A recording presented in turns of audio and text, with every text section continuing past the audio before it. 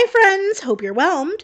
While cozy games and deck builders seldom meet, more game devs are finding ways to merge the two and create something unique. Like, for example, World's Goodest Pup, the dog show themed deck builder that released earlier this week on Steam. World's Goodest Pup is a positively adorable game for casual strategists, with 2 difficulty modes to choose from. But don't worry, even on the normal setting, it's not exceptionally difficult to stack your deck with cool treats in the form of purchasable accessories, and even some sneaky tricks to steal points from your opponent. That said, even if you learn all the right moves and have decent accessories, there's no guarantee you'll win because half of your opponents rely on stealing your points to win instead of performing tricks. Over and over and over again, which is kind of annoying, I'm not even gonna lie. Like, that's all this one pug Poppy does, along with a distraction technique that eventually renders every card useless when she uses it enough times. There are 2 accessories that stop this, the tug rope and the raincoat, but there's no guarantee you'll get them over the course of your run. Each run is divided into multiple rounds, all culminating in the championship. The game has had 2 updates since launch, and since I started writing this script, so by the time the video goes live, we may actually have more updates coming down the pipeline. I'd love to see some more checks and balances, because between updates 1 and 2, it was easy to find my favorite accessory, the tug rope, at the pet store regardless of difficulty setting. Just for clarity, the tug rope makes your dog immune to having points snatched and renders most of your first round opponents utterly useless against you, regardless of what cards you have. The raincoat neutralizes distraction at the start of your next turn, but that seems to be a more rare find as well. You'll start off with a Cavalier King Charles Spaniel named Emma as a novice in the dog show world, though you can rename her and even change her coat colors when you're back at the dog resort that you can decorate to your heart's content. So long as you have enough prize money, of course. Your first 2 successful dog show runs unlock a new dog to add to your team, and each dog has its own special ending according to the Steam achievements. Each run consists of a branching path where you choose your dog's destination. Poppy, the pug opponent, is a little demon dog, but I kept going back purely out of spite. Visits to the pet store for accessories and the dog spa to either upgrade or discard cards make it easy to adjust your deck. And you can also bathe your dog while they're at the spa and pet them at the pet store, so that's a win. But don't forget to visit Luna and Bento, 2 NPC pups who will, at random intervals, offer money, the chance to offload or gain cards or accessories, although, unlike the pet store, when you choose the accessory options from the NPCs, you won't get to see its effects until you're in the next round of your run. Every dog also has its own special skills that you can level up when you win your run. Keep that in mind for later because we'll come back to it.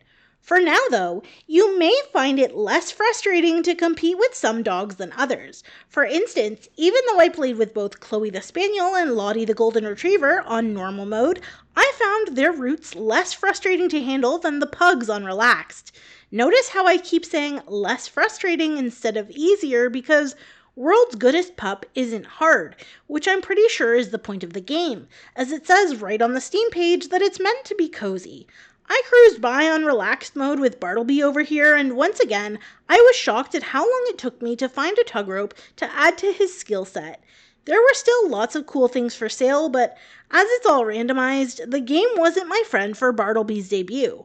On the other hand, the random nature of it all is what makes the gameplay loop exciting, and since you usually have a choice between 2 opponents on your literal path to victory, if you do find them difficult or ridiculous to beat because all they know how to do is distract your dog and steal your hard-earned points, you can choose the alternative opponent and try for a more favorable outcome. The game does come with the option to create 3 distinct profiles, so if you want to share this game with friends, you won't be impeding on each other's progress when you play. But on the other hand, sometimes it feels like there's a massive skill gap between my dogs and their competitors, and sometimes, like with Bartleby's second championship run, where a battle with Poppy was inevitable, there was no way to win because it was a matter of luck, not skill and strategy. Even when I tried again and managed to get some decent cards, it didn't matter because combating her point-stealing distraction combo required accessories that I no longer had.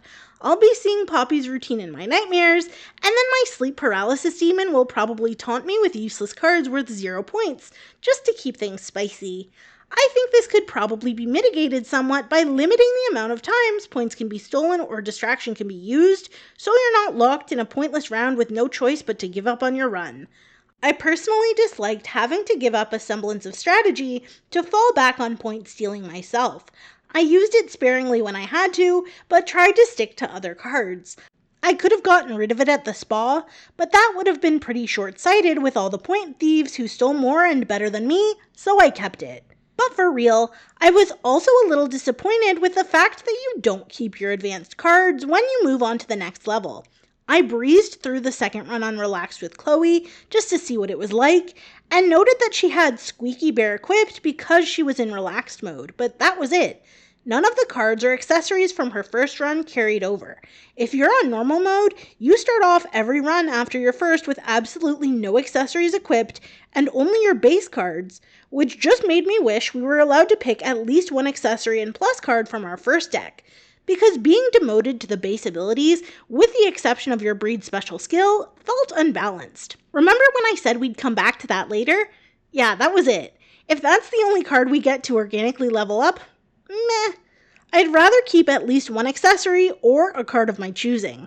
If your competitors are allowed to keep their plus cards, we should too. Also, I can't lie, it would have been so cool to have more variety in the type of dogs on your team, and even cooler if we got to pick our first pup. It's very possible I'm missing something, and there are more unlockable dog breeds in the game, but I've played for 3.1 hours, maxed all of my dogs up to level 3, and no other dog breeds have shown up. I also haven't got any of the ending achievements, and I'm assuming that means I have to do a 4th run with each dog to see the endings, but I don't know for sure. I was really more in this for all the dog breeds I thought we could compete, to be honest. At least when you want to step out of the limelight, you can decorate your dog resort. This is cute, but it feels like something they tacked on because playtesters wanted something that was certified cozy, not because they were particularly passionate about beautifying pixels. Not that the game really needs decorating because, once again, the design of the dogs is out of this world. They look like they belong in Zoog Disney's lineup, wherein the dogs form a secret club and vow to protect the neighborhood from such unjust tyranny as cranky neighbors learning not to litter for the sake of the environment, and maybe the B-plot of the episode is one of their kids leaving a really important homework assignment at home, so the dogs sneak to the school, dodging administrators, lunch ladies, and custodians to slip the homework into the student's bag or something. Ultimately, I thought this was a really unique game. I think it's reasonably priced, although I did get it with a release discount, so I only paid $9.14 with tax in Canadian money. For what you get, I personally think that's a good price. Depending on whether or not you decide to play on relaxed mode, the runs don't take long at all. I think my quickest one was less than 5 minutes. I'm looking forward to more content updates, and if they decide to throw in DLC with new dog breeds, I'd definitely try them out. But for now, as far as casual deck builders go, I think I had my fun with World's Goodest Pup. I'm happy I tried it, I think the art style is fantastic, and I also think you know yourself well enough to decide if this is a pass or play. If you made it this far, thanks so much. Have you tried World's Goodest Pup? Let me know down in the comments, and also tell me what your favorite dog breed is. If you liked this video, don't forget to hit the thumbs up button, tap the bell icon, and subscribe to get notified every time I post a video like this one. I hope you're enjoying the Steam Spring Sale, and I'll see you next time.